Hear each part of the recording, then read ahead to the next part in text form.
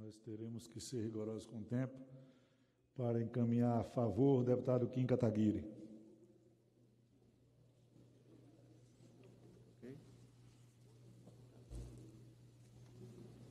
Senhor presidente, eu fiz a minha inscrição antes de ser liberado o teor do relatório. O meu posicionamento, na realidade, ele é contrário ao relatório da deputada Magda Mufato. Muito Gostaria, obrigado. antes de iniciar a minha fala, de consultar a Vossa Excelência sobre a intercalação regimental. Como nós temos aqui, deputado Kim, sobre a mesa um requerimento de encerramento de discussão, Vossa Excelência desequilibraria a fala dos outros parlamentares. Então, ou Vossa Excelência fala a favor do relatório, ou Vossa Excelência abre mão da fala.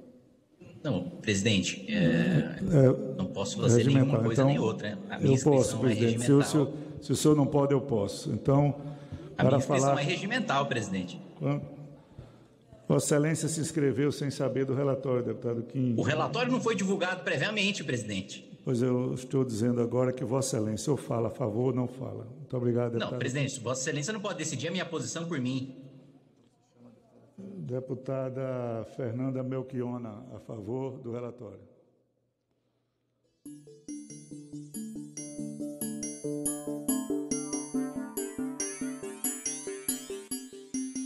Bom dia, boa tarde, boa noite. Este é o programa Giro de Notícias. Eu sou Moscou e estou aqui com Temudin e hoje temos uma convidada especial, a Fênix, formada em Psicologia, que estará a cargo de comentar algumas coisas sobre os assuntos que trataremos a seguir. Gostaria de começar levantando a notícia aqui do Sputnik News, que vai falar: fake news levam indígenas a temer mudança de modo de vida e a resistir à vacinação, diz analista. Um levantamento feito pelo governo mostrou que o Brasil já deveria ter imunizado contra a Covid-19 o número de 430 mil indígenas, incluídos nos 4 primeiros grupos prioritários da campanha nacional. Apesar disso, 62% não tomaram nenhuma dose e o percentual é ainda maior entre os estados da Amazônia, 71%. Lideranças apontam as fake news como uma das causas do baixo índice de vacinação. Na quinta-feira, dia 18, o governo oficiou no Supremo Tribunal Federal a informação de que foi ampliado o número de populações indígenas a serem contempladas com a cobertura vacinal. Então é isso. O governo federal não está fazendo nada, como sempre, né? E estão deixando tudo nas costas da população, que é acreditar nas fake news. Olha, tá indo uma grande novidade. Desde quando um governo brasileiro não quer matar os indígenas, né? Os povos originários? Na verdade é bem normal, seria muito estranho que não queira, né? Eu me lembro que eu ouvi uma entrevista, não lembro agora onde é que foi, com um representante indígena, e ele mencionou que quando o PT entrou a primeira vez com o Lula, todo mundo era dito que não, agora vai ser a nossa vez, a gente finalmente vai conseguir. E o PT, né, o governo petista do Lula e da Dilma, foram os que mais dividiram e repassaram terras dos indígenas, tiraram essas terras. Então a população se sentiu traída, o que faz total sentido. Então até hoje eles mantêm uma certa distância, né? O que eles acharam que iria salvar eles foi pelo total contrário, foi quem ajudou a ferrar cada vez mais. Então eu vou me espantar o dia em que um governo brasileiro não queira terminar de exterminar, de fato, os nossos povos originários. Sem falar que esse governo ele começou com o Bolsonaro falando que não ia ter uma atenção a essa população, então não é surpreendente que agora a gente chega neste ponto em que temos uma população que está totalmente necessitada de uma atenção especial e não está tendo esse cuidado. Bom, até recentemente, né, temos que lembrar disso, que a Constituição de 88, a Constituição mais recente aí, que tá a Nath morta, ela foi a primeira Constituição que assumiu que os povos originários são de fato pessoas e não qualquer outra coisa, né? Agora existe uma legislação para eles. Mas você consegue falar mais sobre isso? Que essa minha parte de historiografia é meio ruim. Da última Constituição agora que vê os povos indígenas como de fato pessoas e não qualquer coisa. A Constituição atual ela não prevê somente os direitos individuais dos indígenas, mas como também eles prevêem um estatuto específico para a proteção e o atendimento preferencial para eles, por eles representarem uma entidade que não está ligada diretamente ao Estado brasileiro. Por isso que nós temos, né, o nome do país é República Federativa do Brasil. Nós somos uma federação e, como qualquer outra federação no mundo, terá a existência de instituições federais. Então, no caso, por exemplo, essas terras indígenas que não estão tendo atendimento do governo federal, são terras que elas não, por exemplo, elas não estariam ligadas a um governo estadual. Elas têm uma autonomia de administração, então eles podem reger sua própria terra, mas eles respondem e recebem auxílio direto da União. E com a falta dessa relação, né, dessas terras indígenas com a União, leva a essas questões que nós vemos, né, praticamente diariamente, de assassinatos de populações indígenas, aqui no caso a falta de saneamento básico, que mata muita gente no Brasil e mata muito mais indígena, porque eles são, digamos, a especialidade do governo brasileiro desde sempre, né? Então, essa relação que de uma forma é bastante ambígua, né? Porque você coloca o Estado brasileiro como responsável de trazer toda a estrutura, base e quantidade de produtos, assim como também de serviços, ele se nega a fazer isso e não se põe a trazer uma solução. Então você tem uma Constituição que preza pela vida dessas pessoas, mas você tem um governo que não preza pela vida das pessoas. É isso. Bom, o Brasil nunca teve muita lei, né? Olha aí, por exemplo, as maluquices que aconteceram, Lava Jato e tudo mais, coisas que falam.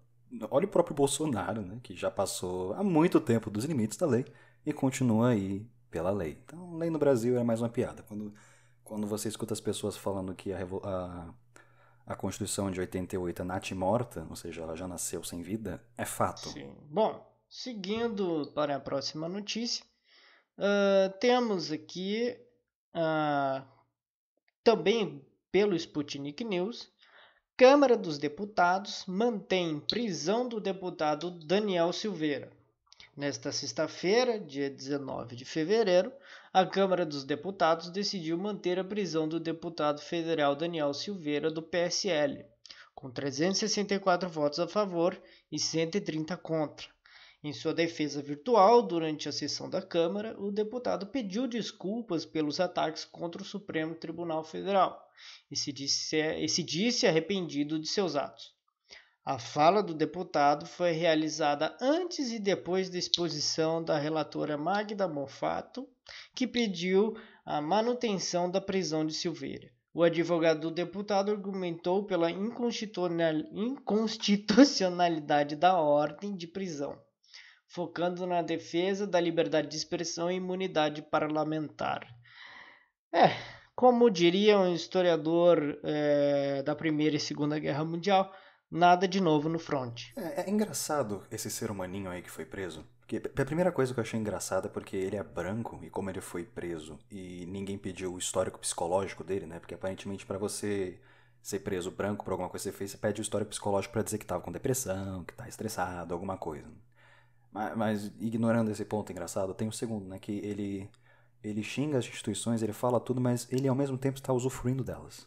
É um nível meio esquisito pro rapaz, né? A outra coisa muito, muito engraçada é que ele vai todo ultra machão, sou o super-homem, falar mal e aí chega depois... Poxa, STF, desculpa, viu? Não foi por querer. Ah, dá licença. E a terceira coisa vai ser o comentário que eu vou guardar pra depois. Eu acho muito fácil também, né? Você faz um crime, né? Você ameaça o STF, né? Que é uma instituição muito importante do Brasil, é um órgão muito importante de cumprir a lei, né? Que ajuda o país a ter essas leis visadas e também alteradas, se possível. E daí você pega essa instituição que lida com leis e você faz um ato criminoso de ameaças com toda essa organização, com todas essas pessoas, e depois simplesmente você chega e fala, poxa, desculpa, sabe? Parece que ficou tão escrachado, assim, a agressão ao outro, que você pode fazer um crime desse nível e não quer ser responsabilizado pelos seus atos. É uma coisa importante, acho que, da gente frisar e da gente pensar também. Com certeza. E Fênix, dentro de uma perspectiva da psicologia, o que poderia dizer sobre esse indivíduo?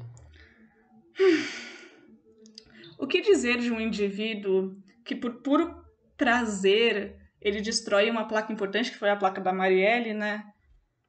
Que tem tanto significado, principalmente para a população que ela procurava atender, né? Que era uma população mais pobre, uma população negra. E como forma de homenagem, você homenageia uma rua, né, em nome dela, a Rua Marielle. E esse cidadão, por um recalque, por uma inveja, por qualquer motivo, nem que seja uma perversão do ser humano, chega e faz um ato de... Ele, né, predominou... Ele fez uma destruição de uma coisa pública, né, que seria essa placa, e ele expõe ela com a maior alegria, com o maior orgulho. Quem é esse indivíduo que sente orgulho sobre toda essa violência que a gente viu no caso da Marielle, um caso que ainda não foi fechado, um caso de um assassinato, um caso de uma extrema violência, né, que a gente vê todos os dias no país, mas foi bem simbólico por tudo que ela estava fazendo, por tudo que Marielle significa. E ainda mais um assassinato brutal de uma representante do governo, né? Não era qualquer pessoa. Sim, e uma governante que lutava a favor de pessoas que não podem falar por elas mesmas, porque elas não têm voz aonde a gente está. Então são pessoas esquecidas, são pessoas extremamente violentadas, são os negros, são os pobres. E aí a gente vê uma governanta negra, mulher, lutando contra isso e incomoda. E quando você incomoda o outro, a reação é agressividade, porque a pessoa está agredindo o que você acredita, está agredindo as suas morais. E o Daniel, ele leva essa questão a um nível absurdo de, né, fazer uma destruição de um domínio público, até comemorar um assassinato de uma governadora democraticamente eleita, não, né? Governadora, ela era deputada. Deputada, isso. De uma deputada democraticamente eleita. Ela era vereadora. Vereadora do Rio de Janeiro. Eu vou cortar os nossos erros obscenos agora. Então... Não, eu não vou cortar, não. Os ouvintes estão ouvindo isso aqui agora. Uma coisa que eu queria, né, salientar, que eu achei bastante esquisito, na verdade, a prisão desse indivíduo nesse momento, sendo que anteriormente nós tivemos casos até piores que o dele, e quando eu digo piores eu me refiro ao presidente Bolsonaro, que no caso, durante o impeachment, ou melhor, o golpe contra a Dilma Rousseff, ele homenageou o brilhante Ustra, o cara que torturou a nossa presidente. Até inclusive há um ataque de misoginia abertamente feito por ele e aplaudido por todo mundo. E o Jean Willis, até a reação dele foi digna de ter cuspido na cara do Bolsonaro, porque assim é uma posição assim de tão baixo escalão que eu fico impressionado que de repente agora a gente vai prender esse cara porque ele criticou o STF, tá? Mas e os outros que fizeram pior que ele, né? Tipo assim, não querendo passar um pano, mas questionando, né, sobre essa posição do STF, se isso não é na verdade uma medida arbitrária ou se isso não quer dizer alguma coisa para nós, né, da sociedade brasileira. Enfim. Olha, uma análise assim você pode fazer. Arbitrário, sim e não. Tá? Arbitrário porque por que este cara ou pessoa foi presa, este cidadão de bem foi preso e não o Jair Messias? A resposta não é muito difícil de encontrar, não. É porque agora fez sentido prender ele porque ele estava atacando a uma instituição chamada Supremo Tribunal Federal que quer se manter com uma auréola na cabeça. Já o Jair Messias, na época, ele estava atacando a uma pessoa e ninguém se importa. Mesmo que esta pessoa seja a maior representante da federação, não importa. Mesmo que a pessoa que ele esteja, inclusive, homenageando seja um conhecido demônio na face da Terra, não importa. Agora, você falar mal de mim, ainda mais com esses movimentos recentes que agora teve no começo do governo do Bolsonaro, que é o pessoal querendo fechar o Supremo e tudo mais. O Supremo está em modo de autodefesa, praticamente. Então, ele é imparcial, mas é claro. É óbvio que ele é imparcial, já deveria ter tirado o presidente há muito tempo. Mas o Supremo não tira presidente, não é justo. Justo, tudo bem. Mas alguma coisa deveria ter sido feita, né? Parece muito que eles estão numa posição de defensiva, né? Eles estão se defendendo de um ataque, mas como o ataque está vindo muito do alto, no caso, pelo presidente da República, parece que eles dão uma pausa, né? Falam, opa, não, peraí, a gente tem que ver isso aqui com calma. Enquanto, né, como foi dito anteriormente, esse cidadão do bem faz uma clara ameaça ao STF, eles falam, não, quem é essa pessoa? Ele é um Zé Ninguém. Então, essa pessoa a gente consegue atingir. Então, essa pessoa a gente vai fazer alguma coisa em relação a isso, vai votar sobre, vai colocar o cara na prisão. Mas como que atinge o presidente da República? Sendo que ele já, em vários momentos, já fez ataques diretos ao STF. E além de várias ameaças de fechar até o Congresso Nacional. Então, como que a gente atinge essa pessoa? Assim, na política brasileira, a primeira pergunta que você tem que se fazer é de onde é que está vindo a mala de dinheiro. Então, toda vez que o Bolsonaro se encontra algum problema que o Supremo tem chance de mexer, olha os filhos dele, por exemplo, quantos processos foram arquivados, você já pode constar, a mala de dinheiro veio do Ministério da Economia. Porque para todos eles, e agora vem um comunista falando, para todos eles, assim como para o Paulo Guedes, o plano neoliberal para o Brasil vale muito a pena. Porque todos eles estão ganhando rios e rios de dinheiro, a população está cada vez mais pobre, então, sendo assim, eu posso reduzir cada vez mais os salários, explorar cada vez mais, e melhor para mim, melhor para todo mundo, melhor para os Estados Unidos, tá todo mundo sendo feliz. Mas a maior parte do Brasil tá morrendo. Tá, e daí? Eu tô ganhando dinheiro. Tô bem, tá tranquilo pra mim. Eu tô gastando bilhões em leite condensado, tá ótimo. Essa é a realidade que a gente se encontra. Bom, então... País fascista é difícil. Vamos passar agora pra última notícia, o que é um pouco... Eu quero acrescentar uma outra depois dessa, uma outra é boa. Tá. Que, bem, não é bem uma notícia, é mais um fato que aconteceu na Câmara dos Deputados, em que o Arthur Lira cortou o microfone do Kim Kataguiri, que se inscreveu para supostamente depor contra o deputado Daniel Silveira, mas no momento ele virou, digamos assim, entre mil aspas, virou a casaca e quis depor em favor do Daniel Silveira, e o Lira simplesmente tirou ele da sala, porque eles estavam em uma videoconferência do Skype e o Arthur Lira foi lá e expulsou ele da sala. E foi o maior vexame, porque ele ficou com cara de tacho, né? Porque as pessoas estão fazendo piada dele, como sempre fizeram, né? Porque esses tipos de deputados a gente nunca consegue levar a sério.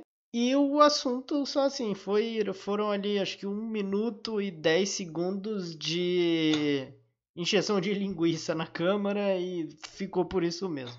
Bom, seguimos aí. Essa notícia aqui é a razão de termos a Fênix hoje. Pazuello, nosso digníssimo maioral, o grande homem da logística, ministro da saúde, nomeia psiquiatra que defende eletrochoque para a saúde mental.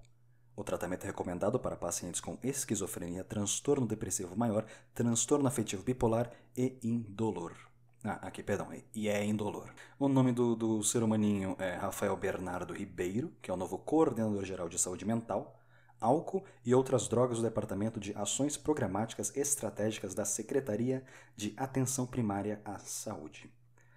Eu vou ler o primeiro parágrafo da notícia e a gente começa a comentar. O defensor do eletrochoque, o psiquiatra Rafael Bernardon, eu não sei se é Bernardo ou Bernardon, Ribeiro, é o novo coordenador-geral da Saúde Mental, Álcool e Outras Drogas do Departamento de Ações Programáticas e Estratégicas da Secretaria de Atenção Primária à Saúde, órgão ligado ao Ministério da Saúde. A nomeação dele foi publicada nesta quinta-feira, dia 18/2, no Diário Oficial da União, ato assinado pelo ministro da Saúde, Eduardo Pazuello. Que bacana. Mais um maluco no pedaço. Esse não vai ser engraçadinho. Mais alguém que pode criar um grande problema, em níveis absurdos. E a razão de termos nossa querida Fênix aqui conosco é porque ela entende melhor disso que qualquer um de nós dois. Então, Fênix, o palco é seu. Obrigada, Temujin. Eu sou formada em psicologia e é uma coisa que a comunidade tem se conversado muito sobre essa nomeação, né, do Rafael Bernardon pelo ministro, o Eduardo Pazuello.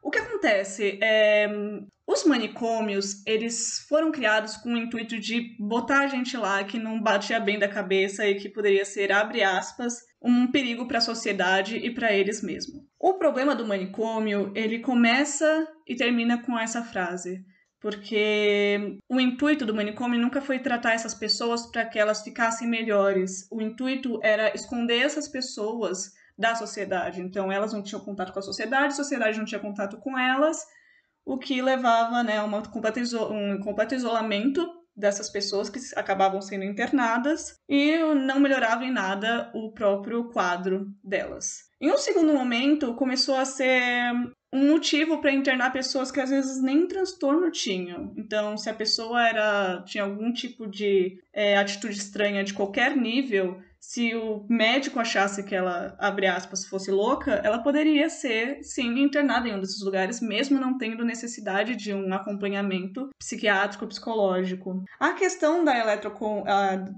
o que a gente chama de eletrochoque, né, que é a eletroconvulsoterapia, a questão é que, em um momento, começou a se perceber que dava muito trabalho cuidar dessas pessoas que estavam em manicômios, principalmente pacientes que estavam nos quadros que já foram comentados, esses casos graves de esquizofrenia, de uma bipolaridade maníaca muito importante ou de um quadro de depressão aprofundado. Essas pessoas, elas davam muito trabalho, as pessoas não queriam ficar cuidando, os enfermeiros não davam muita atenção. Então, o que começou a acontecer foi que começou a ter estudos norte-americanos que davam indícios de que essa terapia de eletroconvulsoterapia, ela dava muitos efeitos positivos no quadro dessas pessoas com casos mais graves. O que acabou acontecendo, não só aqui no Brasil, mas no mundo inteiro, foi que essas terapias começaram a ser usadas de maneira discriminada, de maneira errônica, não para auxiliar no tratamento do paciente como um medicamento, mas como uma forma de deixar esses pacientes dóceis. Então, aqueles pacientes que estavam dando muito trabalho para os médicos, para os enfermeiros, para as pessoas que estavam lá tratando deles, paravam com isso, porque era só você dar uma terapia de eletrochoque e, de repente, elas estavam, né, naquele estado de calma, dócil, não queriam nem levantar da cama, ficavam num estado que era similar à lobotomia.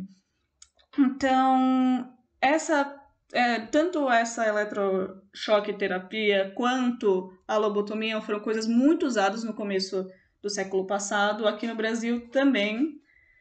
E é uma coisa extremamente dolorida, uma coisa extremamente, não humana, sabe? Uma coisa cruel, feita com pessoas que precisavam da ajuda dessas instituições e elas só eram colocadas de lado porque era mais fácil. Começou-se desde então, meados do século passado, uma luta que a gente chama de luta antimanicomial, que seria exatamente uma luta contra esse movimento desses espaços que usavam terapias totalmente invasivas e que só eram prejudiciais, não tinha nenhum fator científico que melhorava o caso dessas pessoas. E a luta ela vem a partir do momento em que as pessoas estão sofrendo, não estão melhorando, não estão recebendo o atendimento, então esses lugares têm que acabar ou pelo menos têm que ser modificados. E vários nomes importantes vão entrando aí, por exemplo, uma pessoa que eu gosto muito é uma psiquiatra da época chamada Nícia da Silveira, que ela começou uma luta contra esses métodos e começou a usar mais métodos expressivos para tratar esses pacientes. Então, ela se utilizava de técnicas artísticas para trabalhar o quadro desses pacientes, que tinha uma melhoria e não precisavam exatamente desses procedimentos muito invasivos. O que a gente consegue ver hoje, no quadro que a gente tem hoje, é a volta dessa eletroconvulsoterapia. Os estudos, eles indicam, sim, que essas terapias, elas têm um auxílio e elas ajudam em pacientes que têm esses quadros de esquizofrenia, depressão severa, bipolaridade. Tem um indício de que realmente há uma melhora nessas pessoas. Então, tem a volta desses tratamentos de eletroconvulsoterapia, só que em níveis controlados. Isso é, para a pessoa fazer esses procedimentos, ela tem que estar sedada, ela tem todo um acompanhamento médico, ela nem se lembra do procedimento em si, coisa que é muito diferente do que acontecia antes, que era só uma punição, a pessoa ela tomava um choque enquanto estava acordada até ela ficar imóvel. Então, já temos aí uma primeira mudança. E tem tido uma conversa na comunidade científica sobre essas terapias. Só que aí entra um problema muito importante. Como por um tempo começou-se essas pesquisas e ela já se transformou numa tortura, não se sabe até onde essas coisas são benéficas e até onde vai ter um prejuízo a longo prazo. Então, essas terapias começam a ser questionadas nesse sentido, mesmo hoje, que a gente sabe que tem um valor mais controlado, um valor mais preciso para esses quadros. O que o Rafael Bernardon, né, que é o coordenador agora, o coordenador geral da saúde mental, está querendo é introduzir essas coisas para a saúde pública. Então, o SUS tem que aderir e ter mais terapias de eletrochoque. O problema realmente vem nisso. Como a gente está nesse movimento de fechamento de manicômios, essa implementação dessa terapia nova agora chega também com um movimento contrário a essa luta antimanicomial, e a comunidade está preocupada com voltar a ser como era antes. Então, em vez de ajudar, só deixar essas pessoas imóveis e dóceis. E, ao mesmo tempo, a gente não tem pesquisas suficientes para dizer as consequências a longo prazo dessas terapias. Então, mesmo se elas forem benéficas, e mesmo se elas mostrem resultados, o que realmente tem mostrado, a gente não sabe o que isso significa a longo prazo, se vai ter algum prejuízo ou algum dano no cérebro, que podem ser até mais perigosos do que simplesmente um tratamento, seria esse tratamento de eletrochoque. Então, essa é um tema muito discutido na comunidade, é uma coisa que tem preocupado a comunidade, tanto dos psiquiatras quanto dos psicólogos, e é uma coisa que a gente vai ter que ver o que o Rafael Bernardon vai fazer com essa informação, porque ele fundou um laboratório de eletroconvulsoterapia numa faculdade, e ele é dessa galera, então ele vai lutar para implementar isso de uma larga escala no Brasil. Acho que o caso agora é ver o que vai acontecer e ver como que ele vai atuar nisso, porque realmente a comunidade está muito preocupada nesse sentido. Eu acho que agora a gente pode ir direto para o próximo bloco. Eu não tenho nem peso para acrescentar no comentário maestral de Nossa Senhora Fênix, então. Obrigada. Coluna de comentários. Bom, a coluna de opinião de hoje, ela pode refletir tanto opiniões sobre as discussões do bloco passado, como podemos trazer novos temas à discussão.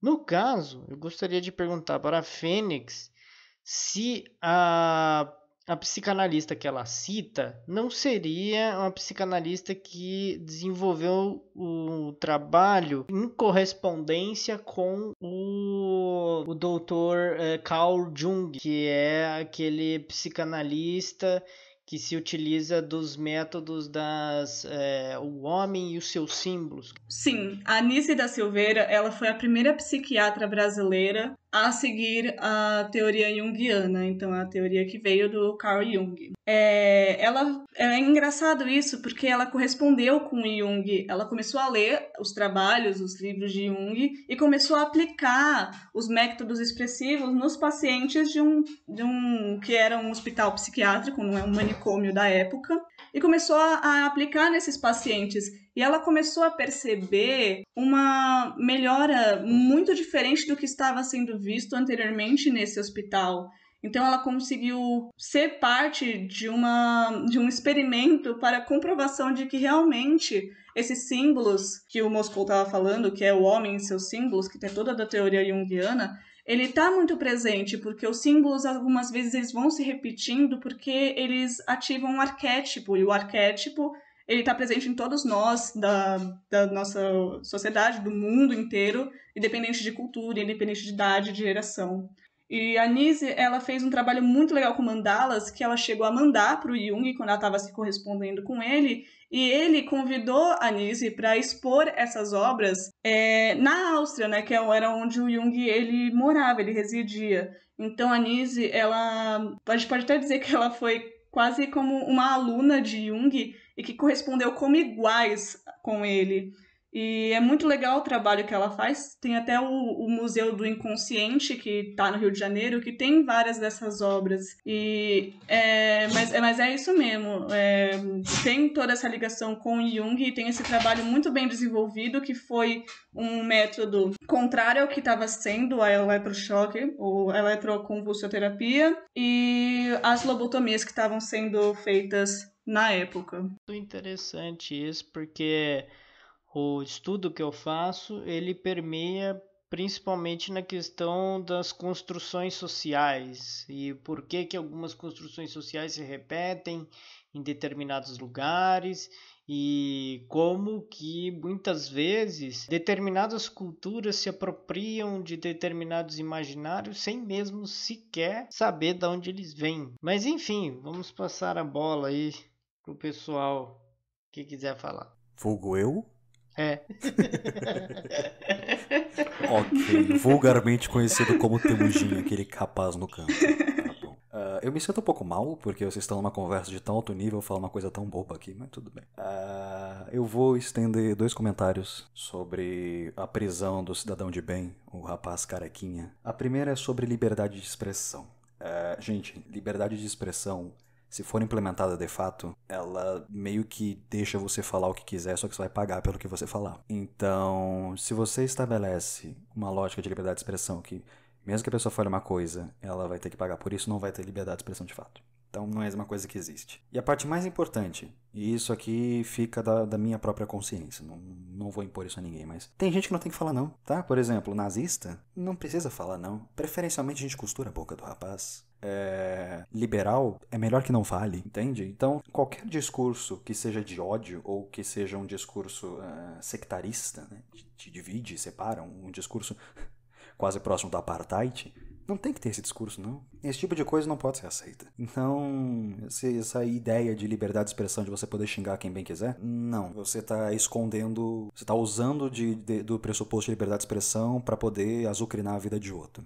Isso é inadmissível. Segundo comentário. Que bacana esse cidadão de bem ter sido preso justamente agora que tá faltando vacina e tem gente morrendo em todo lugar, né? Nossa, até parece que a gente esqueceu a situação toda porque o Big Brother não tava tomando tempo suficiente alheio, hã? Que coisa bacana, né? A grande cortina de fumaça bolsonarista que cria uma picuinha aqui e outra colar pra você esquecer o problema lá atrás, né? Ninguém mais fala, por exemplo, dos gastos obscenos que o atual presidente teve com alimentação, gastos que não fazem sentido nenhum, e ainda mais a desculpa do filho dele, que é um filme de comédia esperando para ser escrito. Ninguém fala mais do comentado há pouco, né? O senhor ministro Pazuello, o grande senhor ministro Pazuello, especialista em logística, que nunca fez uma logística certa na vida dele desde que ele sentou na cadeira. É impressionante como um especialista consegue errar tanto, até parece que é um comentarista da Globo ou da Folha. Ai. Enfim, é uma tristeza. Esses são os meus comentários. E pegando então, já que fiz uma pergunta, e depois também se a Fênix quiser comentar, fica à vontade. Mas sobre a questão da liberdade de expressão, eu acho que seria interessante para as pessoas terem uma dimensão do que é essa brincadeira que o bolsonarismo faz. É só você pegar da literatura, acho que é a literatura inglesa, né? Laranja Mecânica. Literatura inglesa. O Alex, que é o personagem principal, ele integra uma gangue em Londres que simplesmente acha divertido sair e cometer as mais diversas atrocidades por aí. E nós podemos fazer um paralelo com isso com o imaginário de liberdade de expressão. Que liberdade de expressão não é simplesmente você fazer o que você quer. Porque o que você quer muitas vezes não é o que se deve ser feito. Então quando você pensa num personagem como o Alex, você pensa que ele é um maníaco, que ele é uma pessoa extremamente psicopata, violenta, com falta de empatia e tudo mais. E no fim ele paga por esse crime dele, ironicamente com eletrochoque, né, que era, digamos, não é bem um eletrochoque, mas é uma espécie de uma máquina que vai consertar as pessoas defeituosas da sociedade, que no caso são os criminosos, só que é uma máquina desenvolvida por um estado autoritário que deseja controlar as pessoas. E aí você pode pensar, levando em consideração a questão da liberdade de expressão, quando você tem uma sociedade que arrota a violência, que explicita a violência, que muitas vezes glamoriza a violência, pessoas como Alex aparecem a rodo por aí. Mas nós não podemos confundir isso com a liberdade de expressão. Você desejar a morte de uma pessoa por ela ser negra, por ela ser homossexual, por ela ser seja lá o que ela for, isso não é liberdade de expressão. E você ir lá e matar essa pessoa, como muitas vezes acontece, também não é liberdade de expressão. E aí fica o questionamento. A liberdade de expressão que você quer ter seria: você perdoaria o Alex ou você condenaria o Alex? Isso é a liberdade de expressão. Mas fica o questionamento aí. Eu faço das minhas palavras as suas, porque é bem isso. Eu acho que a liberdade de expressão ela pode ir até o ponto de que não invada a liberdade do outro. Então, se você violentar, se você assassinar, se você xingar, isso você já está invadindo o outro, já está invadindo a liberdade do outro. Igual você deu o exemplo dos negros, dos homossexuais. A partir do momento que você tem uma violência com essa população, você já está influindo na própria liberdade delas, porque essa violência causa menos liberdade para essas pessoas, por medo, por falta de oportunidades, por estar num estado de vulnerabilidade social. Por todos esses motivos. Então, eu acho que a partir do momento que você está inferindo na liberdade do outro, a sua liberdade de expressão deveria acabar naquele momento. Então, a gente só pode ir até onde o outro começa.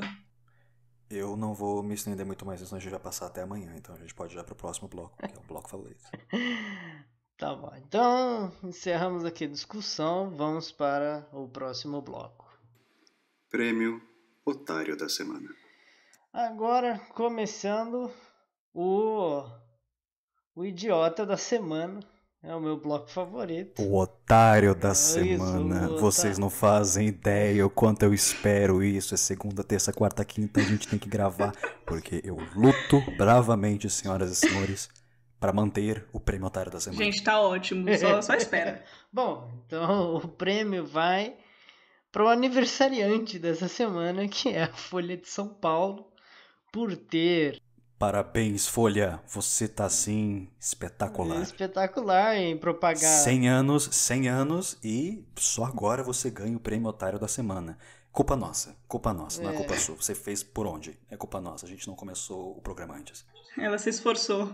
Você se esforçou, apoiou a ditadura militar, passou pano pro Sérgio Moro, propagou um monte de acusações falsas contra o ex-presidente Lula, apoiou o impeachment da Dilma, propagaram discursos de ódio e de misoginia contra a ex-presidente Dilma e, lógico, várias outras baboseiras que vocês fizeram por aí. Bom, apoio ao Bolsonaro, apoio ao plano assassino neoliberal do Paulinho Guedes.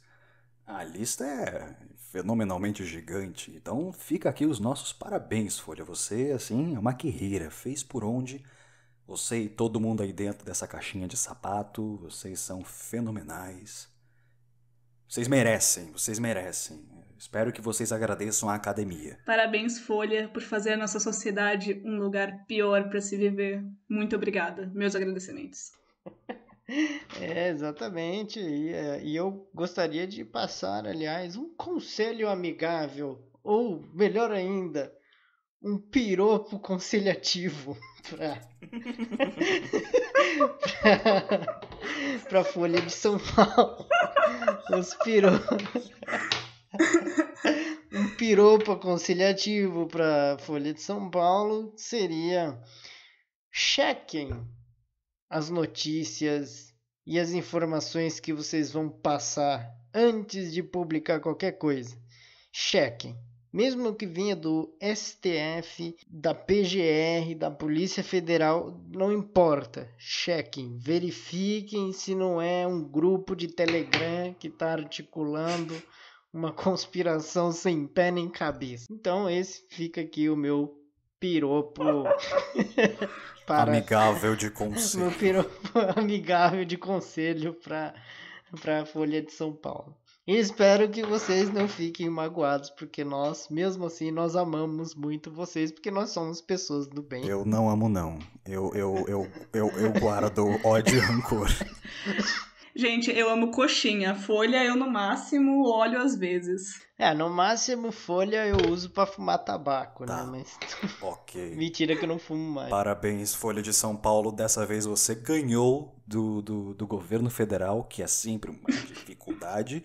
E, por favor, sociedade brasileira, nos tragam mais pérolas, porque toda vez que vocês não fazem isso, o governo federal ganha. E, assim, o governo federal já é o concurso, ele não precisa de mais prêmio, né? Bom, então ficamos aqui com o programa e até semana que vem. Tchau, tchau, gente. Obrigada por me receberem aqui, Temujin em Moscou. Foi um prazer participar. E eu virei, assim que possível, dar minha visão. Até mais pessoas. E lembre-se, da maior. Se o vídeo é longo, assiste a velocidade 2. Tudo bem que agora pensando que eu falo só no final e você já assistiu o vídeo todo, então, sei lá.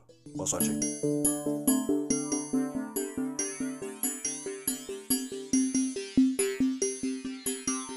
Caso você encontre o coronavírus, não se preocupe.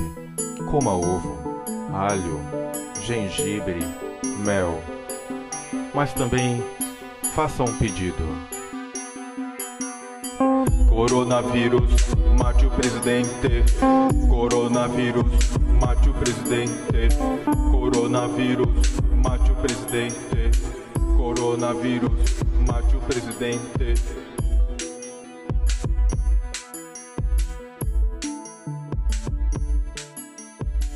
Se todos nós desejarmos, pode acontecer.